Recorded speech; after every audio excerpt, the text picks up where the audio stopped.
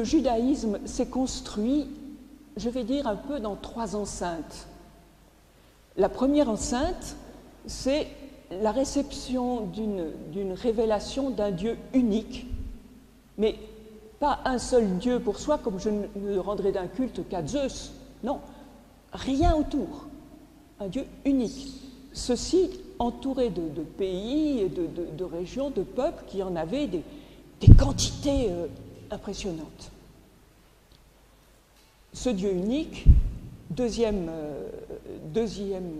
enceinte, si je puis dire, c'est les lois et les règles qui vont faire qu'on va être marqué par ce Dieu unique qui va bouleverser notre vie. Et la troisième enceinte, c'est que, étant entouré de peuples différents, justement, avec des religions très différentes et beaucoup plus laxistes, en fait, au niveau de la morale, eh bien, on va installer une muraille très haute qui va séparer le peuple des étrangers, des autres, des païens, des non-croyants. Et cette muraille, on va la faire de pureté, d'impureté, et pour se protéger, pour garder la foi dans ce Dieu unique et pas se laisser entraîner, ce qui est quand même assez facile, par les autres religions, eh bien, on va édicter des règles. On ne va pas voir les autres. On ne passe pas le seuil de la maison. On ne mange pas chez eux. Et ça, si on n'a pas ça bien en tête, il y a des choses qu'on ne comprend pas très bien dans les actes. C'était mon préalable. Pour vous raconter les actes des apôtres, je vais faire appel aux magnifiques images que Serge a faites du vitrail de Saint-Pierre-Saint-Paul. Le vitrail de Saint-Pierre-Saint-Paul raconte quelques-unes des scènes qu'il a choisies. Parmi toutes les scènes, il ne les raconte pas toutes.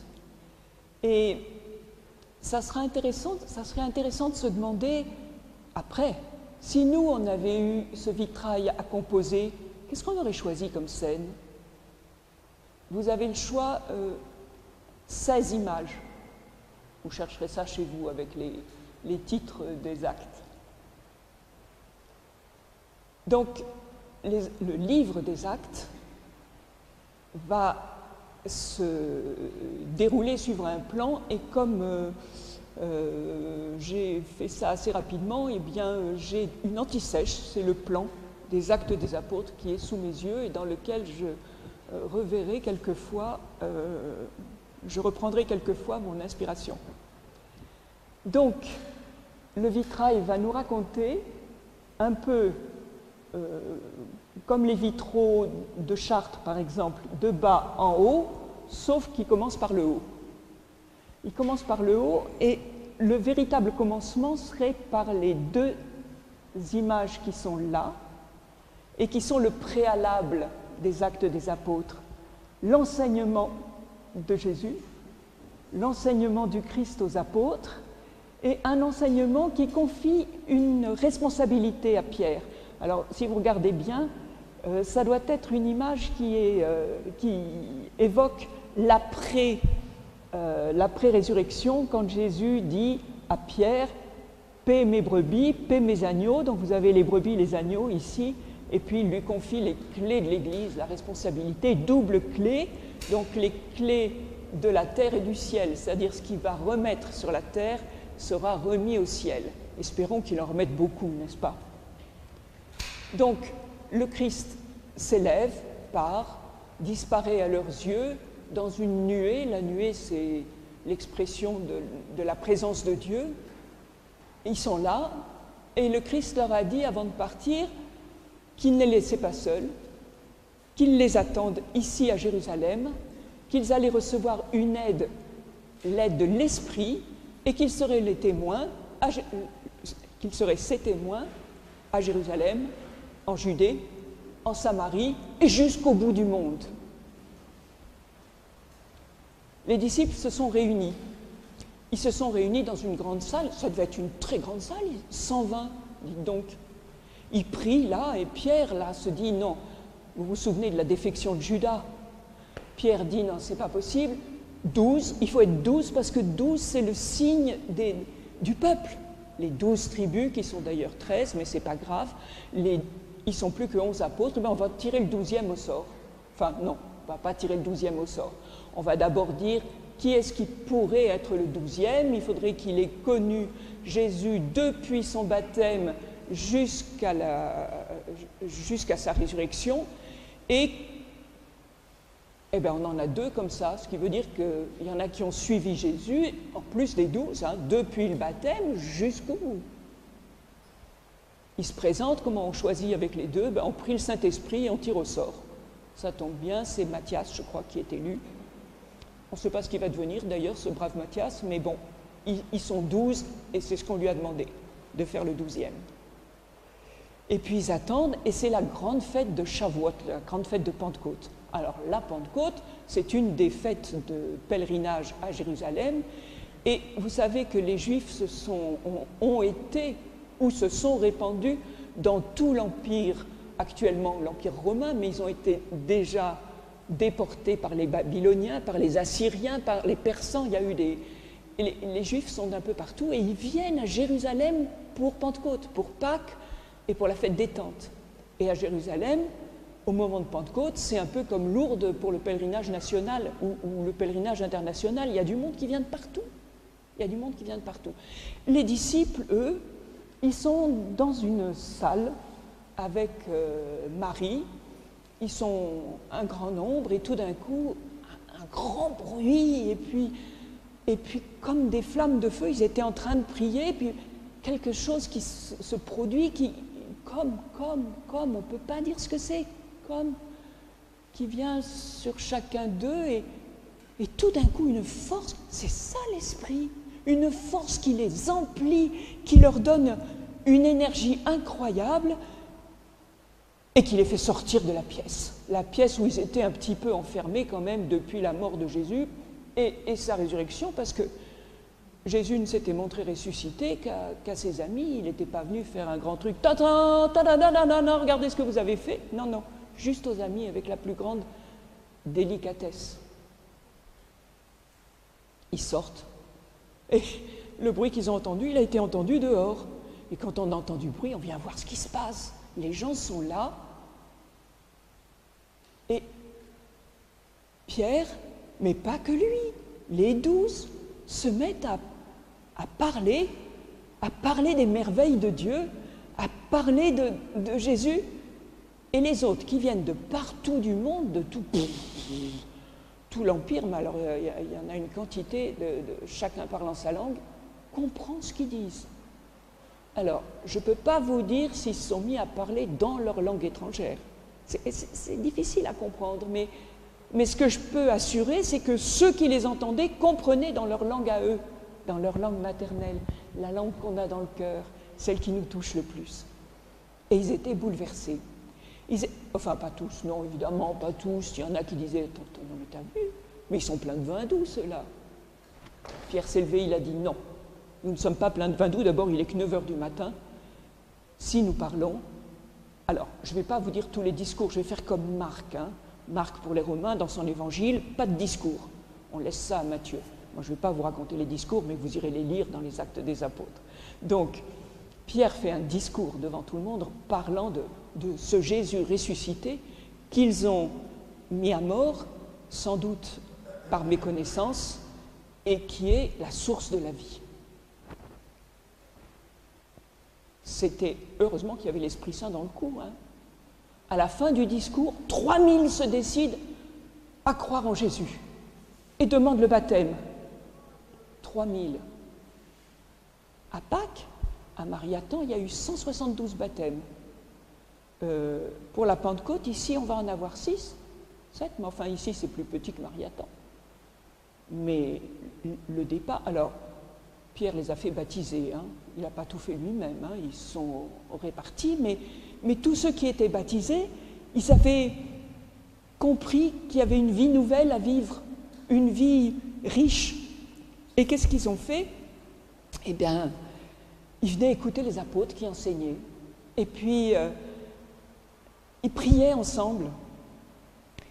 Ils vivaient ce qu'on appelle une communion fraternelle, c'est-à-dire plein d'amitié, de soutien, les uns les autres et ils prenaient des repas ensemble et ils partageaient le pain comme le Christ leur avait demandé. Pierre et Jean, ils étaient souvent ensemble. Les apôtres, ils n'allaient jamais tout seuls, hein. Ils étaient toujours au moins par deux, soit avec un apôtre, soit avec quelqu'un d'autre. Mais il se trouve que Pierre et Jean montaient au temple à la prière comme ils avaient toujours fait quand ils étaient à Jérusalem. Ce jour-là, ils montent au temple à la prière et à l'entrée du temple, au niveau de la belle porte, il y a un infirme qui est là. Il est là depuis, je ne sais pas, il a 40 ans, ça fait peut-être 35 ans qu'il est là, j'en sais rien, il n'a jamais pu marcher. Alors, il fait la manche. Et chaque fois qu'il y a un homme qui passe, il tend la main. Il voit arriver Pierre et Jean, il les regarde en tendant la main. Et Pierre lui dit « Regarde-nous ». Il les avait vus, il les regarde en se disant « Oh, ça va être bon ce coup-là, je vais avoir gros ». Mais Pierre lui dit « De l'or, de l'argent, nous n'en avons pas. Mais ce que j'ai, je te le donne. Au nom de Jésus, le Messie, le Nazaréen, lève-toi et marche. » Il tend la main droite. Ouais, mais la mienne, elle tient le câble. Il tend la main droite à l'infirme. L'infirme, sans ses pieds qui se solidifient, ses jambes qui tiennent, il se lève, il tient debout, il bouge, il saute, il bondit. Et tous les gens autour sont sidérés. Ils l'ont toujours vu assis comme ça. On le porte le matin, on le ramène le soir. Et le voilà qui se lève, et lui qui n'avait pas le droit de rentrer dans le temple. Vous vous souvenez, les boiteux, ils n'ont pas le droit de rentrer dans le temple, hein, ni les aveugles, ni les boutonneux, tout ça, c'est impur. Il rentre dans le temple, et bien sûr tout le monde suit, et lui il s'accroche à Pierre et Jean, et puis les gens sont sidérés. Alors Pierre et Jean, qu'est-ce que vous voulez qu'on y passe? Ils expliquent. Vous vous demandez ce qui se passe, mais ce n'est pas nous qui l'avons guéri, c'est au nom de Jésus. Et voilà encore un nouveau discours, parce que Pierre et Jean, ça les brûle d'expliquer, ça les brûle de raconter Jésus, ça les brûle tout ça. Et ils racontent. Et c'est dans le temple, hein. C'est dans le temple, hein. Peut-être sous le portique de Salomon, quelque chose comme ça. Dans le temple, il y a une police, la police du temple. Elle est sous l'autorité des Sadducéens, enfin des responsables, hein. C'est quoi ce remue-ménage encore au nom de Jésus? Ils croyaient s'être débarrassés de Jésus en le clouant à la croix. Et voilà qu'on en parle là. Alors, ils viennent chercher Paul, ils viennent chercher Pierre et Jean, ils disent, on les arrête carrément, puis on leur dit, mais qu'est-ce que c'est que cette histoire? Venez, mais on vous interdit de parler. On vous interdit, mais qu'est-ce que c'est? Vous allez voir, si vous continuez à parler de Jésus, vous allez voir ce que vous allez voir, il n'en est pas question. Et Pierre dit, mais est-ce que je dois vous obéir à vous ou à Dieu? De toute façon, je ne peux pas ne pas parler. Le Sanhédrin est bien ennuyé, mais Pierre et Jean continuent. Du coup, tous ces gens qui sont convertis, entre guillemets, ce n'est pas une conversion, qui ont découvert que la parole, le Messie tant attendu, c'était ce Jésus. Ils construisent une communauté, je vous ai dit tout à l'heure, chaleureuse, de prière et tout, et puis ils se disent, mais il y a des pauvres parmi nous, puis il y a des riches parmi nous. Il y a des riches qui vendent tous leurs biens parce qu'ils attendent que le Christ revienne rapido, quoi. C'est les derniers temps, il va revenir très bientôt, donc ils vendent leurs biens pour qu'il n'y ait plus de pauvres, pour soutenir ceux qui ont des besoins et ça, tiens, Joseph, un Lévite qui est né à Chypre et qui est à Jérusalem, qui a tout de suite été dans les premiers... je m'ai converti quand même parce qu'on comprend mieux, hein, dans les premiers convertis. Il vend tous ses biens, il apporte tout, voilà. Et du coup, on l'appelle Barnabé, ça veut dire fils du réconfort. Parce que c'était vraiment un gars solide, un gars bien, sur lequel on pouvait compter. Alors, on a l'impression que les tout premiers chrétiens, ils vivaient dans le je ne veux pas dire dans le beurre, enfin, c'était tout chouette, quoi. C'était chaleureux. Vous vous souvenez que dans l'Éden, où tout devait être très bien, là, tout au début, au moment de la création du monde, bof, il y a eu le coup du serpent, le coup de la pomme, enfin, c'était peut-être pas une pomme, mais enfin, bon, nous, on appelle ça la pomme. Et bien là, cette histoire de Barnabé, qui vend tous ses biens, ça fait un drôle d'exemple. On a envie de suivre l'exemple. Mais quand même, vendre tous ses biens. Alors, on nous parle de deux personnes qui sont...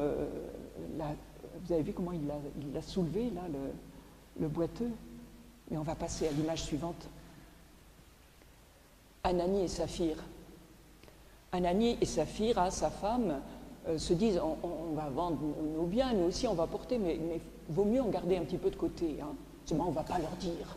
On va dire qu'on amène tout. C'est tout, comme tout le monde, quoi, qu'on sache qu'on est des gens bien. Et donc, c'est Ananie, le premier, qui vient voir Pierre et la communauté, et puis qui lui dit ben voilà, nous, on a vendu nos biens. Et je ne sais pas pourquoi Pierre, en le regardant, il a dû sentir qu'il y avait quelque chose de faux là-dedans. Il lui dit pourquoi tu mens à l'Esprit Saint? Tu n'étais pas obligé de tout donner.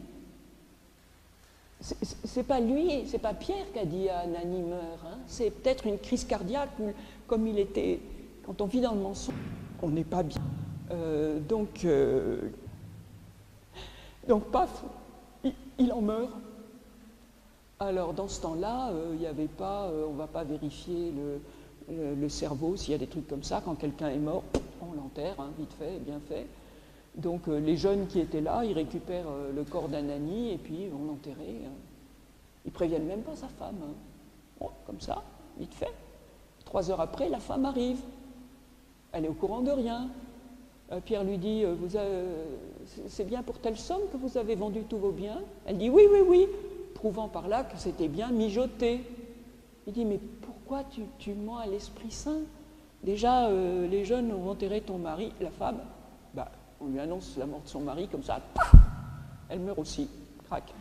Bon, c'est une façon de dire que c'était peut-être pas si magnifique qu'on aurait voulu dans l'Église, ou que déjà dans l'Église, au tout début, dans la communauté des chrétiens, eh bien, enfin, on ne s'appelait pas des chrétiens encore, hein, dans la communauté de ceux de la voie, ou des nazoréens, eh bien, le mal avait trouvé déjà une petite fissure, une petite fêlure.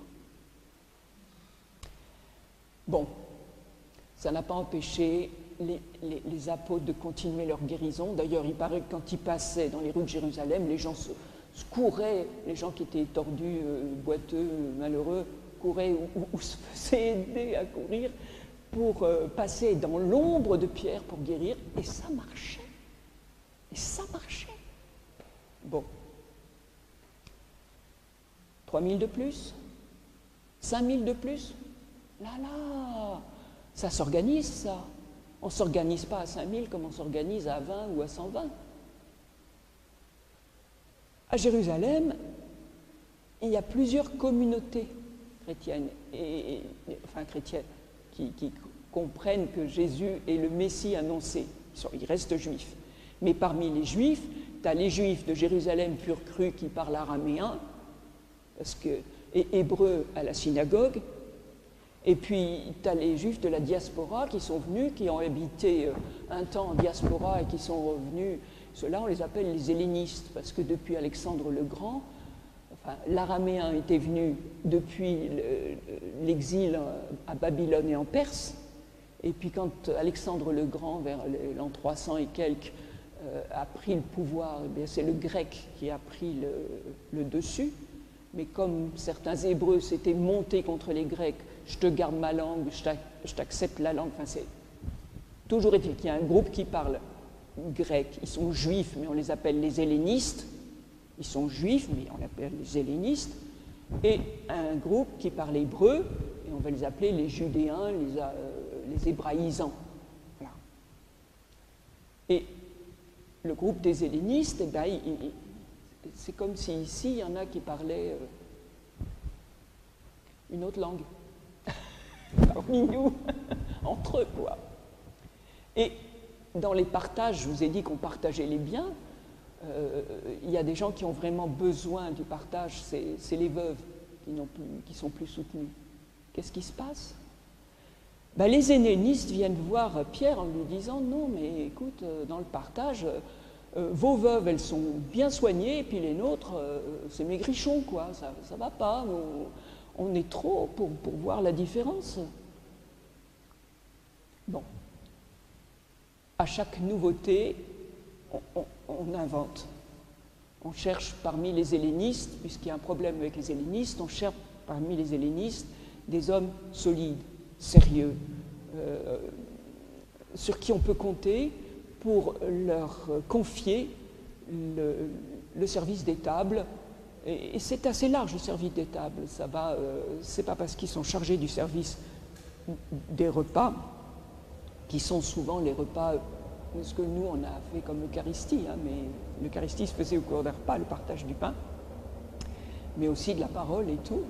Ceci ne les empêche pas de cela. Pour les hellénistes, on en prend 7. Vous savez que dans l'Ancien Testament, 7, c'est le chiffre du 7, 70, c'est le chiffre du monde, des étrangers, des autres, et 12, c'est le chiffre des Juifs hébreux, et tribus. Donc on en prend 7 et on les charge du service des tables et du reste. J'ai retenu 2 noms, 3, quoi, Nicanor, enfin c'est des noms grecs. Et donc parmi eux, il y a Étienne, Nicolas, Philippe, voilà, et puis d'autres. Vous pourrez regarder, il y a la liste, si vous voulez bien savoir. Et ce n'est pas parce qu'ils sont chargés du service des tables que la nouvelle de Jésus Messie ne les brûle pas, et en particulier Étienne, qui savait si bien parler. Il va dans la synagogue des hellénistes, parce qu'ils avaient leur synagogue en part, hein. Il va dans la synagogue des hellénistes et il parle de Jésus, mais du Messie, ça y est. Il faut comprendre qu'on était quand même en pays occupé par les Romains. Qui dit occupé par les Romains veut dire on doit être plus juif que juif. D'ailleurs, la guerre, enfin, les tensions s'exacerberont de plus en plus, puisque la guerre éclatera en 66 après Jésus-Christ. Bon. Les hellénistes sont peut-être encore plus chatouilleux, on va dire ça, sur le strict judaïsme et le strict monothéisme. Quand ils entendent parler de Jésus Messie et que Étienne, qui a fait un discours en reprenant toute la Bible, enfin tout l'enseignement depuis Adam, Abraham, Moïse, tout ça, là on suit, mais quand il arrive à Jésus qui est le Messie, ce Jésus qui a été pendu à une croix, or dans l'Ancien Testament, être pendu à une croix, c'est être maudit de Dieu, donc mais blague à part, vous vous êtes déjà rendu compte que c'était fou, cette histoire, que le Messie, Dieu accepte de passer par non seulement la mort, mais cette mort ignominieuse. C'est quand même difficile à avaler, même si on vous l'a dit depuis l'enfance. Le jour où vous vous rendez compte que c'est vraiment ça. Donc, les Juifs qui l'entendent de la synagogue sont outrés, ils l'amènent au Sanhédrin, procès, machin, et quand Étienne dit qu'il voit Jésus debout à la droite de Dieu, alors là, il a signé son arrêt de mort, on le sort et on profite. Vous savez que normalement, les Juifs n'avaient pas le droit de mettre à mort, c'était les Romains qui devaient mettre à mort. Mais justement, il y a une vacance de procurateur romain à ce moment-là, et ils en profitent, ils lapident Étienne. Il y a une vacance parce qu'il n'y a pas d'avion pour aller de Jérusalem à Rome et de Rome à Jérusalem. Donc le temps qu'un procurateur soit rappelé à Rome et qu'un nouveau procurateur revienne, il y a du temps. Et c'est un temps mort qui va être utilisé pour les lapidations. Très bien. Voilà. Donc Étienne est mis à mort et les hellénistes sont regardés d'un tellement sale œil qu'ils ont compris, ils partent, ils quittent Jérusalem. Les apôtres restent à Jérusalem, mais les hellénistes quittent Jérusalem et ils s'égaillent en Judée, ils s'égaillent en Samarie. Et on en connaît un qui est parti en Samarie, tiens, c'est Philippe. Pas Philippe l'apôtre, mais Philippe le diacre. Enfin, le diacre.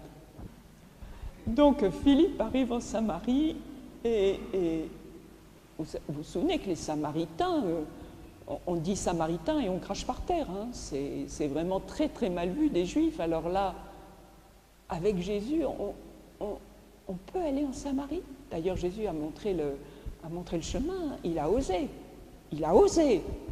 Philippe ose.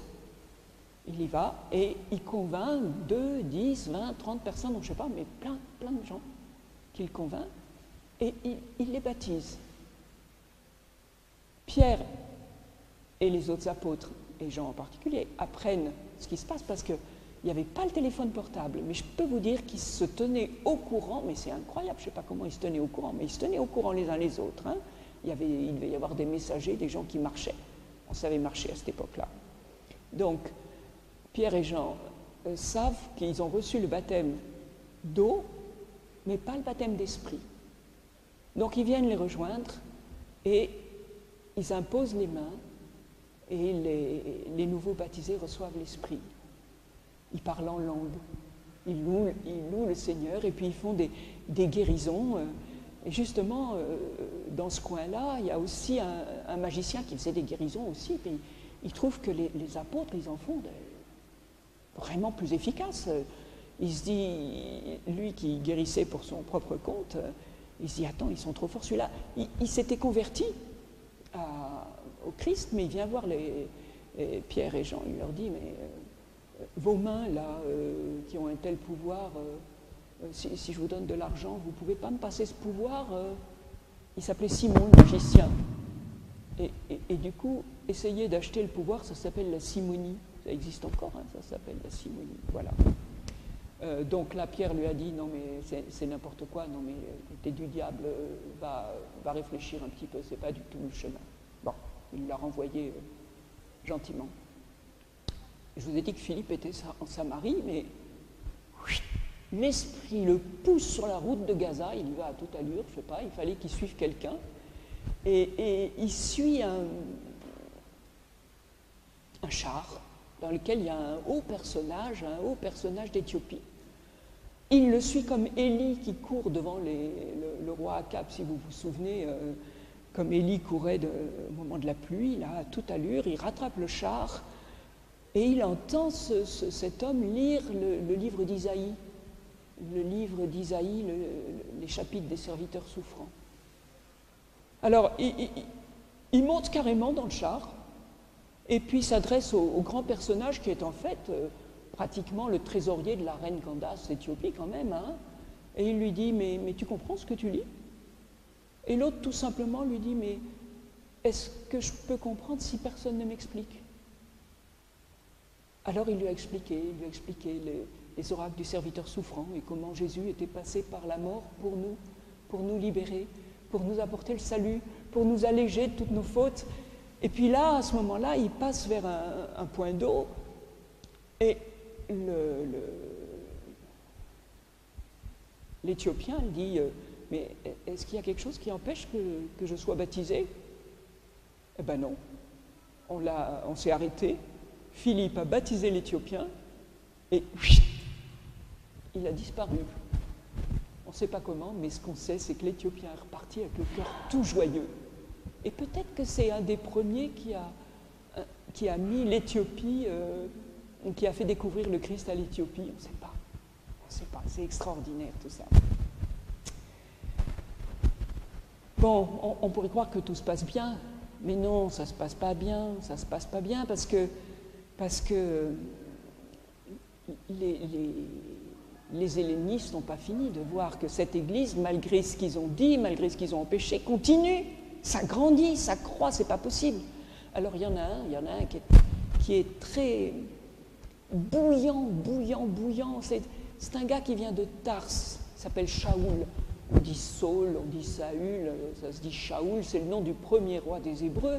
Il est pharisien, mais sa famille s'est installée à Tars, et actuellement c'est la Turquie, hein. C'est en Turquie sur la côte. Et lui, il est venu étudier au pied de Gamaliel, et il a un zèle ardent pour Dieu, mais pour Dieu unique et sûrement pas la voie des chrétiens. Et du coup, il dit, cette contagion, il faut l'arrêter tout de suite, et il faut... Qu'est-ce qu'on nous fait là pour la contagion? On nous confine, hein. Mais lui, il veut les confiner en prison. Tous en prison, comme ça, que ça arrête de se répandre, c'est pas possible. Donc, il fait arrêter en prison, il va même, paraît-il, dans les maisons pour aller chercher ceux qui suivent la voie, pour les emprisonner. C'est pas pensable, un truc pareil. Et puis, il trouve que c'est pas suffisant à Jérusalem, qu'il faut qu'il aille. Tiens, Damas, c'est quoi, 240 km, c'est rien. Il paraît que ça a pris à Damas aussi, il va y aller.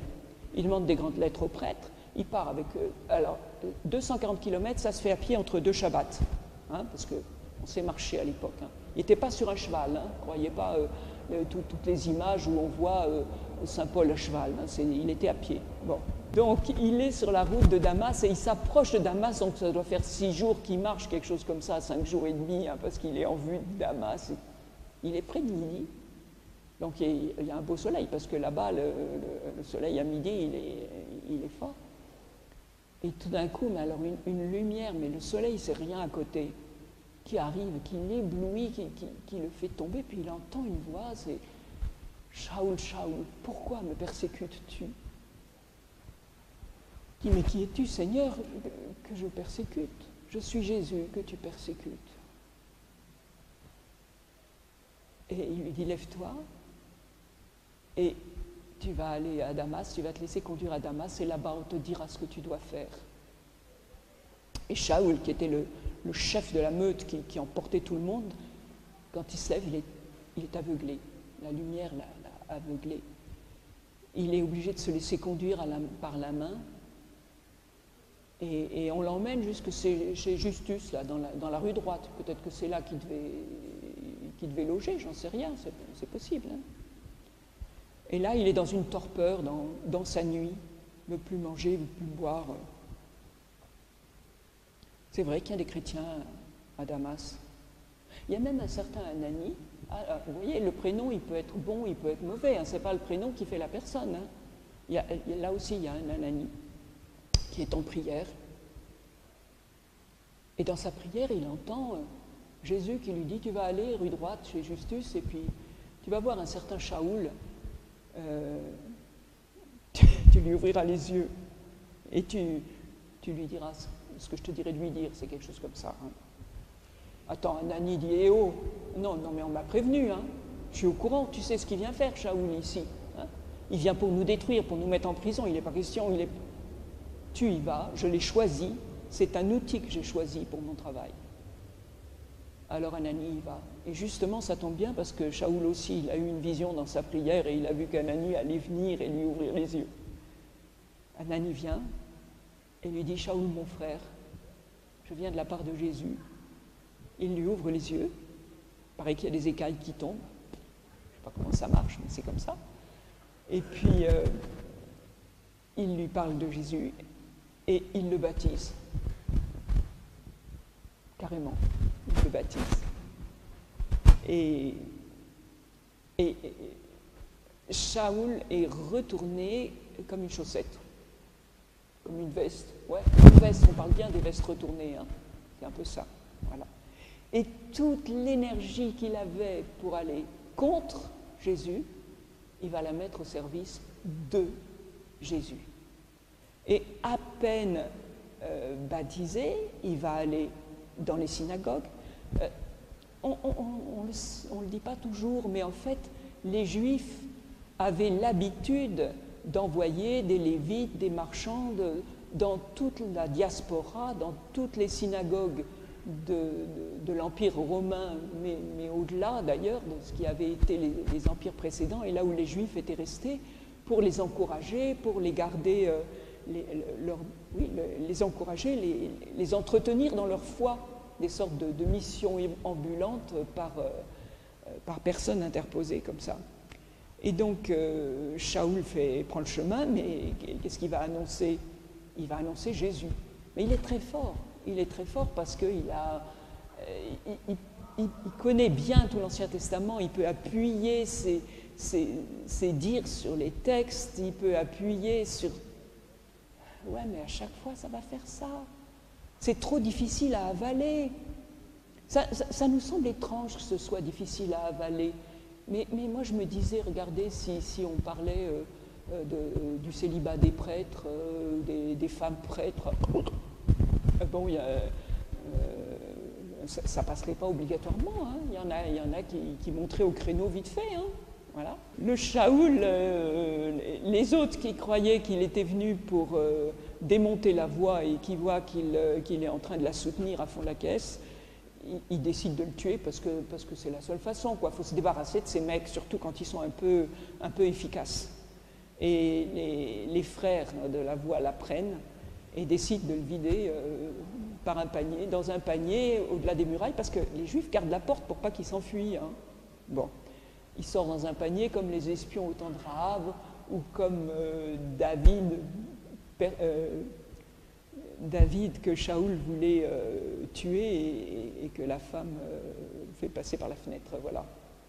Donc, Shaoul... on ne sait pas très bien, les Actes des Apôtres ne disent pas vraiment. Lui, il dit qu'il est parti dans ses lettres 3 ans en Arabie. Il va retrouver Jérusalem. À Jérusalem, il va retrouver les apôtres. Mais quand il arrive à Jérusalem pour retrouver les apôtres, il y a comme une petite défiance. Non, mais parce qu'on le connaît celui-là. Est-ce que ce n'est pas un espion, en fait, qui se fait passer pour un chrétien pour mieux savoir qui sont les chrétiens, pour mieux les tuer? Hein, vous comprendriez ça. Hein, vous avez entendu parler de choses pareilles. Hein. Du coup, personne n'a envie bien de le recevoir. Et c'est Barnabé, le fils du réconfort, qui le prend sous son aile et qui le conduit aux apôtres et qui raconte ce qu'il a vécu à Damas, enfin, parce que Paul lui a raconté, Shaoul lui a raconté. Et du coup, qu'est-ce qu'il fait, Shaoul, aussitôt? Il va dans les synagogues et il commence à parler de Jésus. Et bien sûr, il a tout de suite des ennemis, à tel point que les frères l'apprennent et disent, bon, écoute, tu repars à Tars. Il leur conduit jusqu'à Césarée.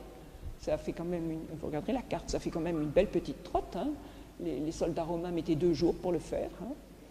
Et de Césarée, ils le font repartir chez lui à Tars. Et sur le moment, on n'entend plus parler de Paul à Tars. Il est là-bas. Qu'est-ce qu'il y fait? On n'en sait rien pour le moment. Mais les autres, ils continuent parce que la parole, ça vous brûle. Vous ne pouvez pas garder ça pour vous. Vous ne pouvez pas mettre ça sous un paquet, plus en parler. Alors, Pierre, Jean, les autres et tous ceux dont je n'ai pas dit le nom, ils vont à droite, à gauche. Et puis, comme les chrétiens nouveaux, enfin les chrétiens, c'est à Antioche. Antioche de Syrie, c'est la 3e ville du monde romain. On dit qu'il y avait 500 000 habitants à l'époque, donc c'est quand même quelque chose. Hein. C'est à Antioche que les premiers disciples de Jésus ont été appelés chrétiens. Hein. Ça veut dire les ouin-ouin, les OINTS, les ceux du Christ, ceux du Messie, quoi, ceux qu'on a messiés. Bon, mais les chrétiens ont bien accepté. D'ailleurs, on s'appelle encore comme ça, hein, chrétiens. Ouais, c'est trop bon. Donc Pierre, Jean, là, c'est ceux-là que Luc nous fait suivre. Pierre, Jean vont voir ceux qui ont déjà été convertis par les autres, pour les réconforter, pour assurer un enseignement plus profond, pour répondre aux questions. Ils arrivent comme ça à Lydda. Lydda, c'est Lod, c'est là qu'il y a l'aéroport, c'est là que vous avez atterri quand vous êtes allé en Israël. Hein. Ils arrivent à Lydda. Nous aussi, on a atterri à Lydda. Hein. Ouais. Ils arrivent à Lydda et là, il y a un homme qui est paralysé et que que Pierre remet debout. Alors, s'appeler, c'est quand même des signes, hein, c'est des signes. Et un signe qui n'est pas expliqué, ça ne vaut pas grand-chose, mais Pierre profite toujours des signes pour parler, pour donner le sens, et pour donner le sens de Jésus qui sauve. Alors, les gens se convertissent, et puis la nouvelle se répand, puis elle arrive comme ça à Joppé. Joppé, c'est Jaffa, hein, les pamplemousses de Jaffa, le port de Jaffa, voilà. Et à Joppé, justement, ils sont dans le bouleversement, la tristesse. Tabitha, cette femme si bonne, qui a tant fait pour les autres et qui vient de mourir. Ils disent, Pierre est à l'ode, vite, vite, allez le chercher. Peut-être qu'il va, peut-être. On va chercher Pierre à l'ode. Et Pierre arrive, on lui dit, viens vite à Joppé, on a besoin de toi. Il arrive à Joppé, on lui dit, regarde, notre Tabitha qu'on aimait tant, elle est morte. Ben voilà, Pierre a fait sortir tout le monde et puis il a rendu la vie à Tabitha. Il a rendu Tabitha aux autres et au boulot qu'elle faisait. C'est quand même quelque chose. Puis du coup, il s'installe un petit peu à Joppé. Il s'installe chez quelqu'un de pas très net, hein, excusez-moi, hein, un tanneur. Les tanneurs, c'est plutôt dans le genre impur, hein, vous savez, ça touche des cuirs qui puent. Il s'appelle Simon le tanneur, comme lui d'ailleurs. Hein.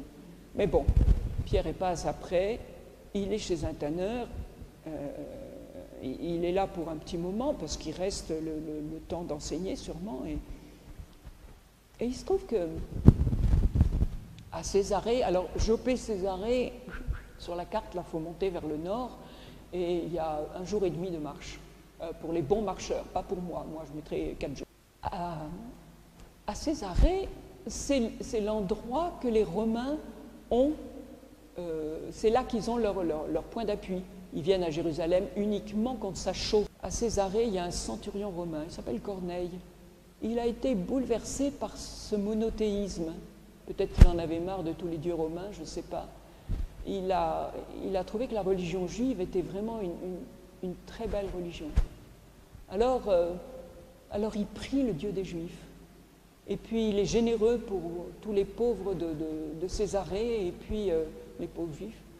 Et puis c'est un homme droit, un homme juste, et justement un jour qu'il est en prière, comme ça, il voit comme un ange qui rentre et qui lui dit tes aumônes, tes prières sont arrivées jusqu'à Dieu, et voilà, envoie donc quelqu'un à Joppé chercher un Simon qui habite chez un Simon tanneur, et fais-le venir, il a quelque chose à te dire.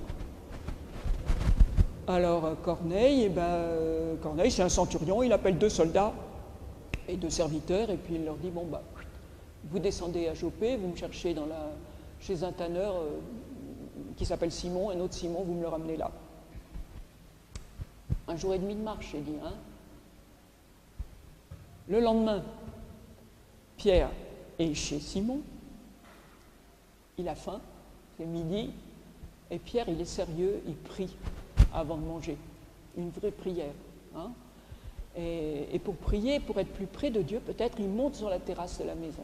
Donc il est là en prière sur la terrasse, et là, il voit vraiment, là, il y a un grand tissu qui a l'air de descendre du ciel, qui se pose là, et dedans, mais ça grouille, c'est l'arche de Noé, attends, mais il y a plein d'animaux, mais y compris des serpents, des chameaux,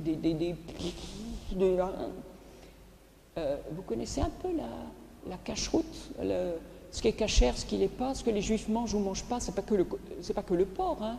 Ils n'ont pas le droit de manger tous les animaux qui ne sont pas ruminants et qui n'ont pas un sabot fendu, ni les poissons qui n'ont ni écailles ni nageoires, ni le fromage en même temps que la viande, enfin, c'est quelque chose. Hein. Et puis il faut que la viande abattue soit totalement saignée, parce que le sang appartient à Dieu. Et donc là, il y a tous les animaux grouillants, et il y a une voix du ciel qui lui dit « Pierre, tue et mange ». Alors là, Pierre, il est effaré. Il est juif, hein. Il est juif, Pierre, vous savez. Hein. Les 12 disciples sont juifs. Hein. Jésus était juif. Hein. Donc, il dit, ah Seigneur, je n'ai jamais rien mangé d'impur, il n'est pas question que je commence. Ce que Dieu a dit pur ne dit pas que c'est impur. Une fois. Mais ça recommence. Pierre, tue et mange. Mais je n'ai jamais rien mangé d'impur et je peux pas. Ce que Dieu a dit pur ne dit pas que c'est impur. Pierre, tue et mange. 3 fois. C'est gros, hein? Et puis au bout de 3 fois, la nappe, le drap, le tissu, le machin se referme et disparaît. Et Pierre descend, c'est quoi cette histoire? Qu'est-ce que ça veut dire? Et juste à ce moment-là, il y a les gars de Césarée qui arrivent et qui frappent en disant, c'est ici qu'est un certain Simon, chez un certain Simon ou un certain Pierre, je ne sais plus, je ne me souviens plus. Je devrais me souvenir, mais je ne m'en souviens plus. Donc, on lui dit oui, et là ils disent, on vient te chercher de la part de Corneille. C'est ça, le pur, l'impur. Corneille, c'est un centurion romain, il est impur, ils viennent me chercher. Vous ne savez pas ce qu'il fait? Il ose les faire rentrer chez Simon. Bon, Simon, il était quand même un peu impur, hein, puisqu'il était tanneur, je vous l'ai dit. Mais quand même, des Romains, ils les font rentrer, ils partagent leur part. Et ils décident de partir avec lui le lendemain, avec des frères, parce qu'on ne part pas tout seul. Le lendemain, ils repartent, direction Césarée. Les 7, ils sont 7 avec Pierre et ceux de Corneille. Et pendant ce temps, Corneille, il a fait venir ses amis, il a fait venir ses serviteurs, il a rempli sa maison. Et quand Pierre et les autres arrivent, ils se jettent aux genoux de Pierre pour l'accueillir en lui disant qu'un ange...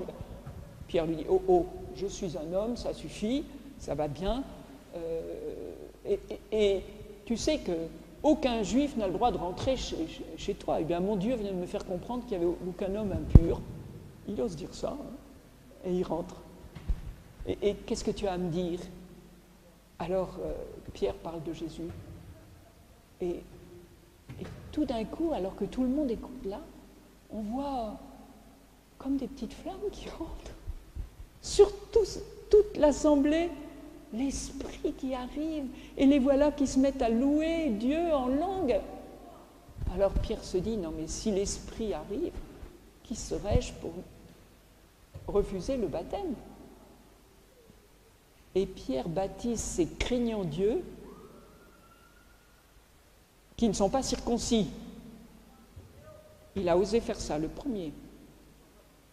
Il l'a fait. Enfin, il l'a baptisé. Ils ont baptisé tous. Hein, ils sont tous mis parce qu'il y avait du boulot. Hein, toute la maisonnée. Je vous ai dit, il n'y a pas de téléphone, mais ce n'est pas le téléphone arabe non plus. Hein, ça ne marche pas, ça. C'est le téléphone hébreu. À Jérusalem, on est déjà au courant. Quand Pierre revient à Jérusalem, on lui dit, mais dis donc, mais qu'est-ce qui s'est passé? Mais qu'est-ce que tu as fait? Tu es rentré chez un non-juif? Et lui, il raconte. Alors, en fait, il lui a fallu 3 visions, et ça va être raconté 3 fois. C'est pour dire que c'était gros comme une maison, cette histoire. Oser rentrer chez un non-juif, même s'il était craignant Dieu. Mais, Pierre l'a fait. C'est assez étrange d'ailleurs, c'est pas marqué dans les actes, mais il semble que, à partir de ce moment-là, c'est Jacques, frère du Seigneur, qui a pris la responsabilité de la communauté de Jérusalem. Bon.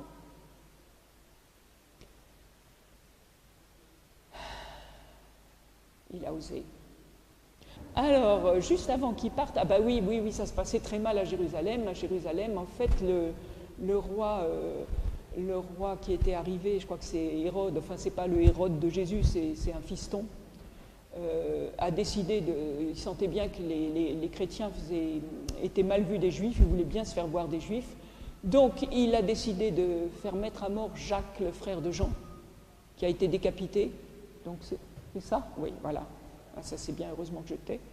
Et puis Pierre, il le fait mettre en prison, mais c'était juste au moment de Pâques. Et à Pâques, il faut attendre. Il y a 7 jours de fêtes pendant lesquelles on n'a pas le droit de faire. Donc Pierre est en prison, mais déjà, j'ai sauté le truc là-bas.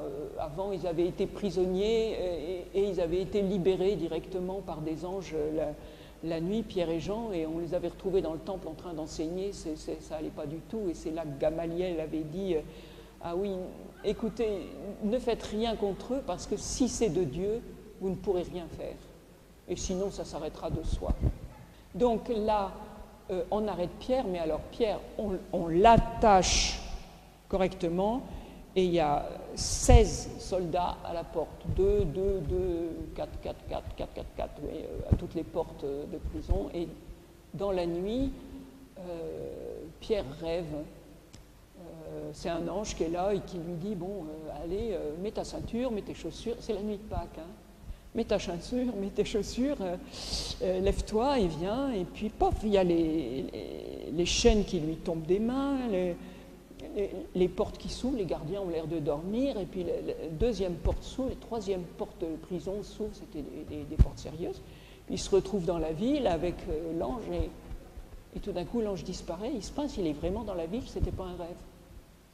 Alors il rejoint la fameuse maison de Marie, là où tout le monde était en train de prier pour lui, et il frappe à la porte en pleine nuit comme ça, et il y a une servante qui entend. Donc la servante arrive, et, qui est là? C'est moi, Pierre.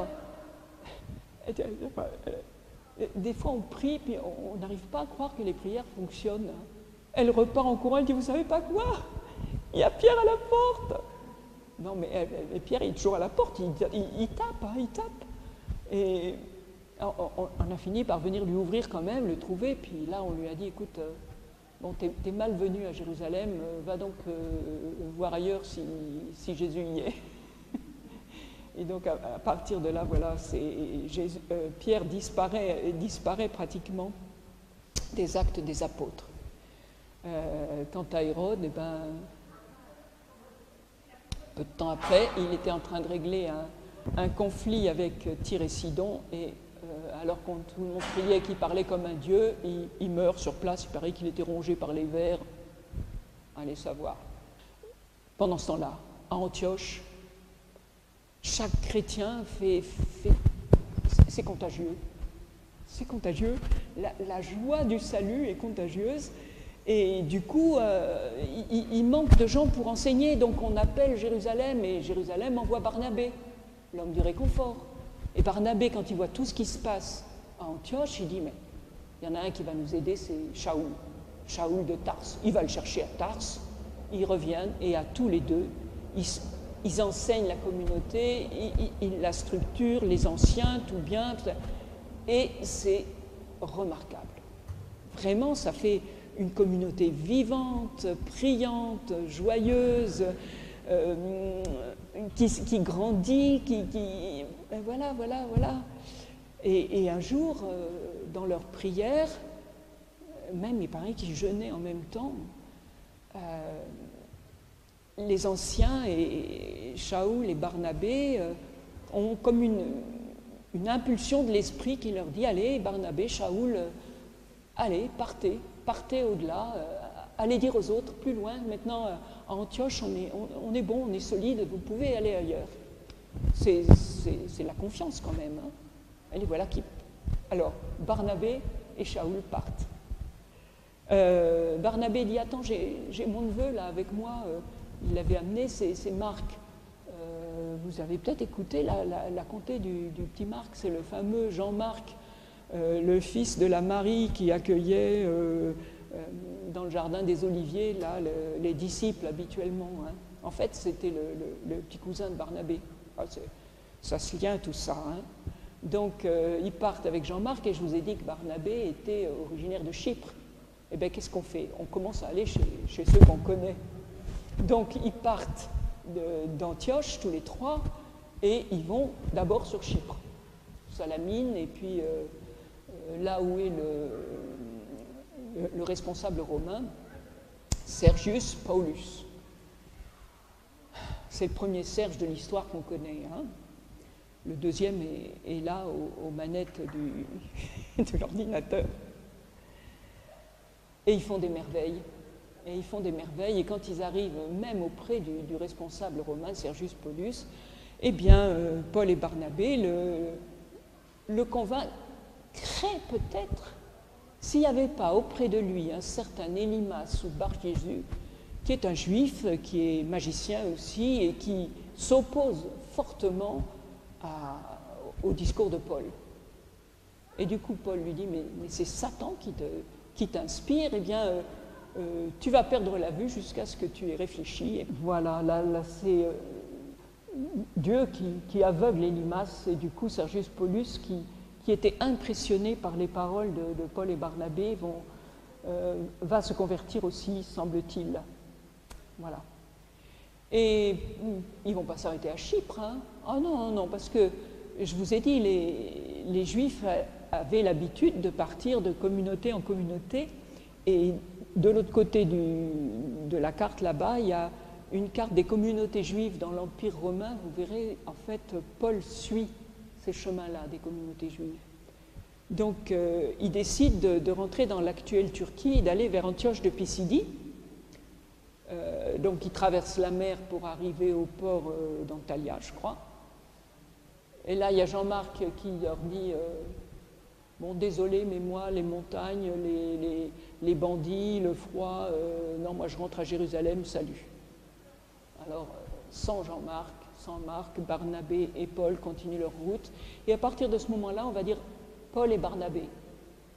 Et qu'est-ce qu'ils font? Ils vont d'abord à Antioche, et puis ensuite, Iconium, Lys d'Herbe, ils vont dans les synagogues, et on les invite à parler, et ils parlent, et ils convainquent beaucoup de monde. On lui dit, revenez la semaine prochaine. Le problème, c'est que dans les synagogues, il y a des gens qui sont juifs de juifs, et puis il y a des gens qui sont craignant Dieu. Et ceux-là qui découvrent le message de Jésus, ils en parlent aux autres, qui sont païens, enfin qui sont polythéistes et tout, et ils les convainquent. Donc, le Shabbat suivant, mais la synagogue est blindée avec des païens. Alors là, les Juifs sont hors d'eux, ils mettent Paul à la porte et Barnabé aussi, filez, hors de question que vous restiez là. Il va arriver la même chose à Iconium.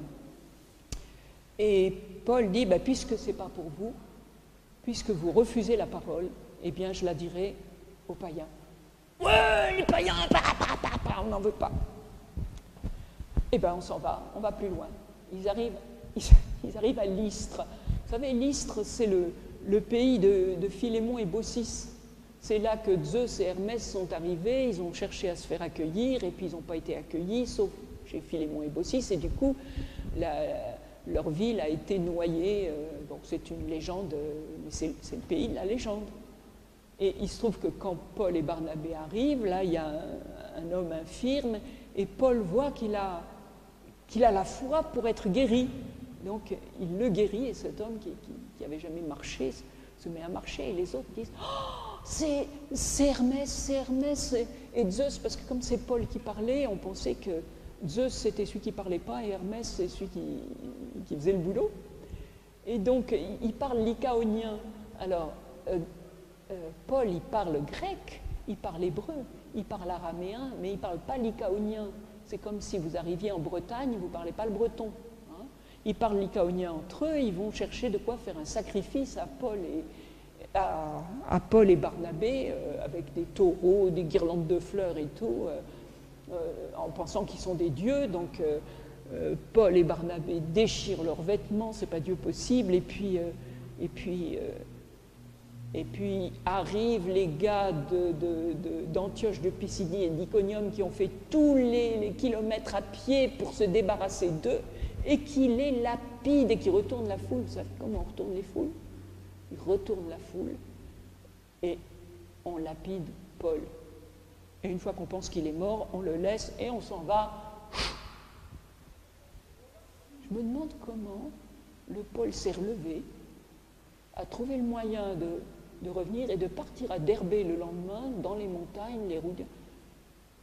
C'est quand même quelque chose, quoi. C'est un mystère pour moi, c'est un coup du Saint-Esprit quelque part, il n'y a pas que des signes intérieurs. Paul va revenir en s'arrêtant à nouveau à Lystre, à Iconium et à Antioche de Pisidie, mais en allant voir que ceux qui ont cru, parce qu'il y a eu des petites communautés qui se sont faites et tout de suite il les structure avec des anciens et des responsables. Il les encourage, il ne retourne plus à la synagogue, il revient à Antioche et il raconte les merveilles de ce qui s'est passé. Ouais, mais les merveilles de ce qui s'est passé, qu'est-ce qu'on fait avec les païens? Parce que ça pose un problème, les païens, vous comprenez? Est-ce que pour être sauvé, il faut passer par le judaïsme, c'est-à-dire que les hommes soient circoncis et qu'on fasse la cache-route et qu'on suive le blablabla, ou, mais non, mais la grâce de Jésus suffit. Mais Jésus, il a donné sa vie pour tous les hommes. Oui, mais on est le peuple élu. C'est un gros problème. On va à Jérusalem.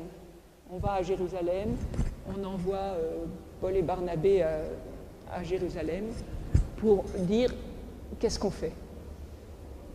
Alors ça discute, hein, ça discute. Mais l'esprit est là.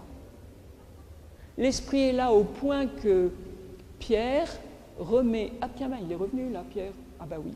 Pierre remet une lettre écrite au nom de toute la communauté en disant, nous tous, enfin, nous les apôtres et le Saint-Esprit, accueillons les païens à condition qu'ils ne mangent pas de viande avec le sang, de viande offerte aux idoles et qu'ils aient une vie un petit peu correcte. Enfin, vous lirez ça si ça vous passionne, c'est bien. Bon, je vais être rapide, hein. Paul va faire un deuxième voyage. Mais comme Barnabé veut remmener Jean-Marc, il n'a dit pas question, donc il part avec Silas, un autre, qui était venu de Jérusalem l'accompagner. Et puis, Silas, et puis il récupère un Timothée en route qui l'accompagnera jusqu'au bout, qui va devenir vraiment un ami.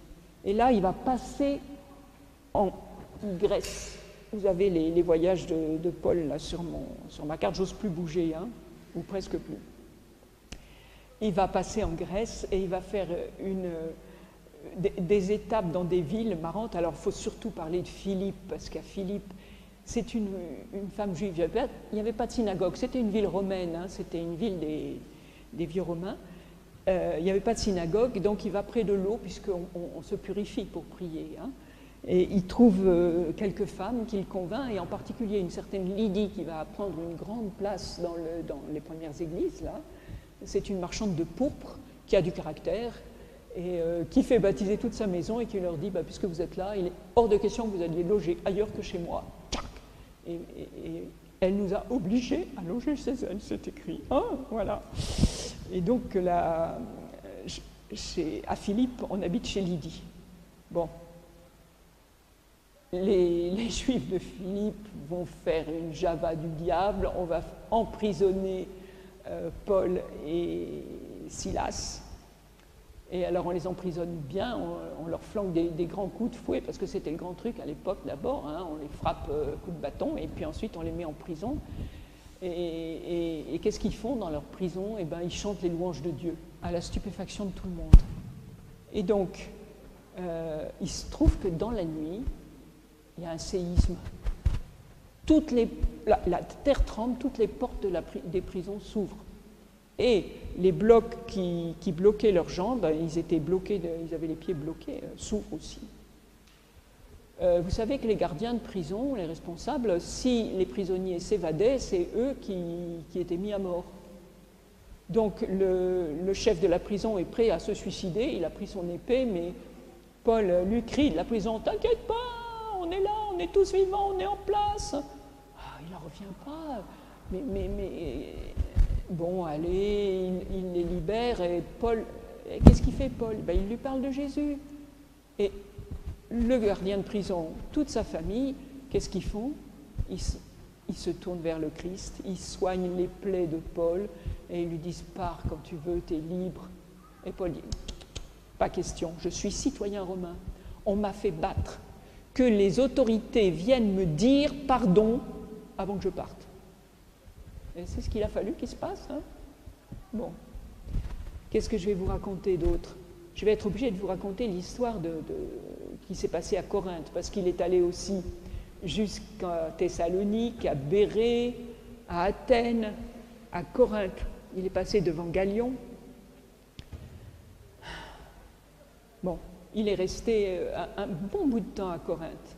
Et puis il est reparti à Antioche. Ils sont repartis pour un troisième voyage. Et là, il est allé à Éphèse, où il est resté près de 2 ans. À Éphèse, il a commencé par la synagogue. Et puis, il s'est rapidement fait mal voir. Donc, il a carrément loué une école stoïcienne à côté de la synagogue. Et il l'a louée pendant les moments où elle n'était pas utilisée, c'est-à-dire les heures chaudes, l'heure du repas et l'heure de la sieste. Et il avait du monde, donc il faut quand même avoir envie d'écouter la parole de Dieu en plein cagnard. Hein. Il avait du monde, et il a tellement convaincu à Éphèse. Éphèse, c'était quand même le lieu du plus grand temple d'Artémis. Hein. C'était une des 7 merveilles du monde. C'était la première banque de tout l'Empire romain. C'était une ville, un centre de pèlerinage extrêmement important et un centre de magie extraordinaire. Eh bien, ceux qui se convertissaient à Jésus, au Christ, ils se rendaient bien compte que leur magie, c'était du pipeau. Ils ont décidé de brûler leur livre de magie, et il devait y en avoir un sacré paquet, parce que Luc, les Actes des Apôtres, nous disent qu'il y en avait pour 500 000 pièces d'argent. En sachant qu'on gagne 1 pièce d'argent par jour de boulot, vous imaginez le feu des livres de magie. Bon, ça part. Et puis, ça fait une contagion autour d'Éphèse, tout le tour, les gens viennent, ils se convertissent. Et alors là, il y a une inquiétude économique incroyable. Les orfèvres qui vendaient des petites statues de l'Artémis d'Éphèse, vous l'avez eu dans vos livres d'histoire, on dirait qu'elle a 40 seins là devant, en fait, c'est des sacs de magie en fait, qu'elle a autour de la petite statue de l'Artémis d'Éphèse. Ils les vendaient et ils vivaient bien avec, parce que regardez à Lourdes les gens qui repartent avec une petite Sainte Vierge, mais là à Éphèse, les gens qui partaient avec des Artémis d'argent, ils se sont dit, mais si tout le monde devient chrétien, nos Artémis, on va vivre comment? Alors, il y a un certain Démétrius qui était qui avait, je ne vais pas dire du Jean-Luc Mélenchon à l'intérieur, mais il a ameuté les foules et il leur a dit, non mais vous vous rendez compte, ces chrétiens, ils vont descendre Artémis, ils n'y croient plus, ça va s'effondrer. Il n'a pas parlé de ses intérêts propres, surtout pas, hein. Mais il a ameuté les foules, et puis quand les foules arrivent, les autres arrivent aussi, ça gonfle. Et tout d'un coup, dans le stade, c'était grand comme le Stade de France, plein de gens en train de crier « L'Artémis, elle est grande, l'Artémis, elle est grande !» Paul n'était pas sur place, il voulait y aller, mais les responsables de la ville qui étaient bien avec lui ont dit « Tu n'y vas pas, c'est pas le moment, on va les calmer d'abord. » Ils ont réussi à les calmer en leur disant « Écoutez, pour le moment, on ne va pas faire ça chaud, on va regarder ça demain tranquillement. » Bon, il a réussi à calmer la foule, bravo, mais il a dit à Paul « Bon, c'est le moment de quitter Éphèse. » Et Paul a quitté Éphèse.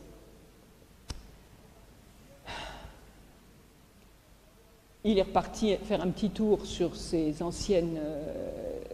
chez les gens qu'il avait convertis, parce qu'il fallait toujours qu'il aille encourager, qu'il aille regarder les communautés qu'il avait créées pour les soutenir. Et puis, il avait appris qu'il y avait encore il y avait eu une famine, il avait fait une quête dans toutes les c'est pas des paroisses, hein, dans toutes les communautés dans lesquelles il était allé pour Jérusalem, et puis il voulait absolument montrer l'unité de l'Église, et donc là encore il faisait une nouvelle quête, enfin, je peux appeler ça une quête, oui, pour Jérusalem, qui voulait amener avec un responsable de chacune des communautés à Jérusalem pour montrer cette unité de l'Église. C'était son dernier voyage à Jérusalem. Il le pressentait, ça lui a été annoncé. Il y est allé. Bon, il faut que je vous dise qu'à Troas, en s'arrêtant, il avait discuté, il avait parlé toute la nuit et qu'il y avait du coup au 3e étage d'une pièce, d'une maison. Il y a un jeune qui s'était assis pour prendre l'air au bord de la fenêtre parce qu'il y avait plein de lampes, ça fumait là-dedans. Et il a fini par s'endormir au discours de Paul. Il est tombé du 3e étage. Quand on est venu le voir, on a dit bah, il est mort. Paul est revenu et il a dit vous inquiétez pas, il est vivant. Et il était vivant. Donc voilà. Comment? Grâce au Seigneur. Paul est arrivé à Jérusalem. Paul est arrivé à Jérusalem. Il a été arrêté. Bon, mais alors, je ne vous le raconte pas. Lisez-le parce que c'est grâce à son neveu. Enfin bon, c'est digne d'un film à suspense.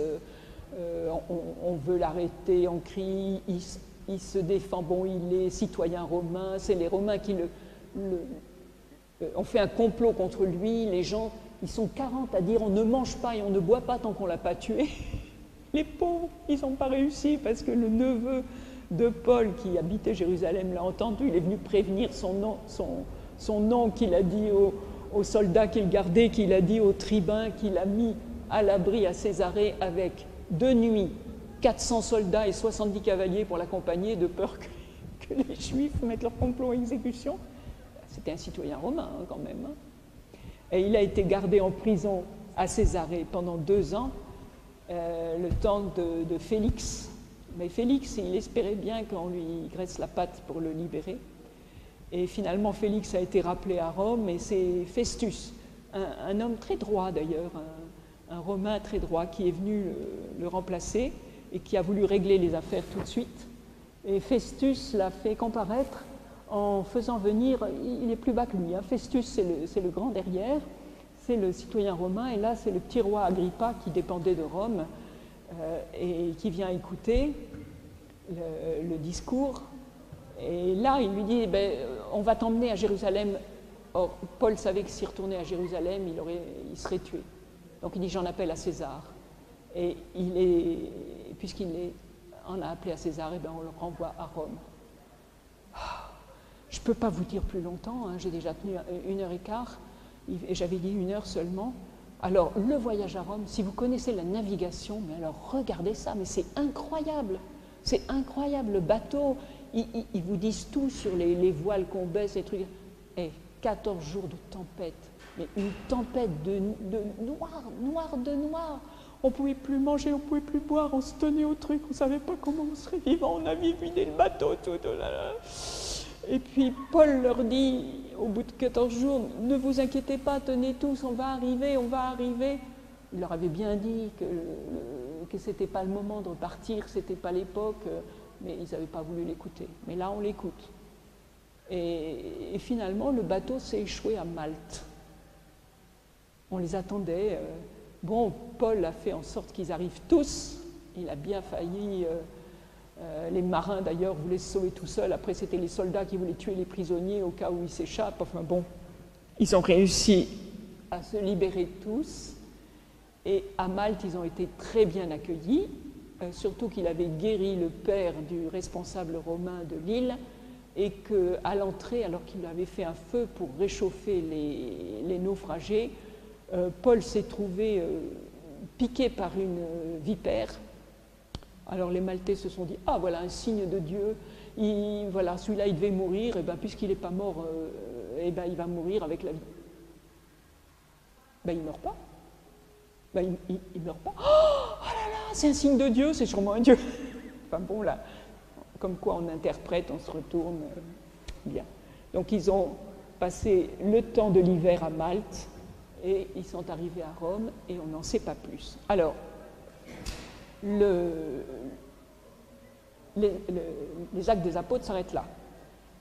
Par contre, le vitrail, lui, il nous parle du martyr légendaire de Pierre.